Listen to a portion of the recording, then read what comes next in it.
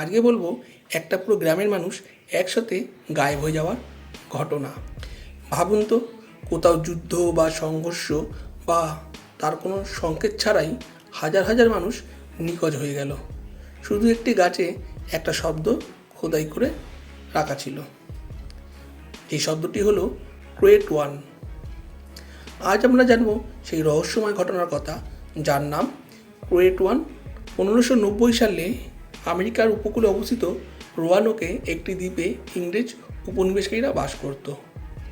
কিন্তু যখন ইংল্যান্ড থেকে সরবরাহ জাহাজ ফিরে এলো 3 বছর পরে, তারা দেখলো পুরো গ্রাম উধাও, ঘরবাড়ি ফাঁকা, রান্না করা খাবার টেবিলে জমে আছে, কিন্তু একটা মানুষও নেই। সবচেয়ে অদ্ভুত বিষয় হলো কোনো যুদ্ধের চিহ্ন নেই, কেউ লড়াই করেছে এমনও নয়, শুধু সেই ক্রেট ওয়ান শব্দটা রেখে গেছে, যার অর্থ আজও অজানা।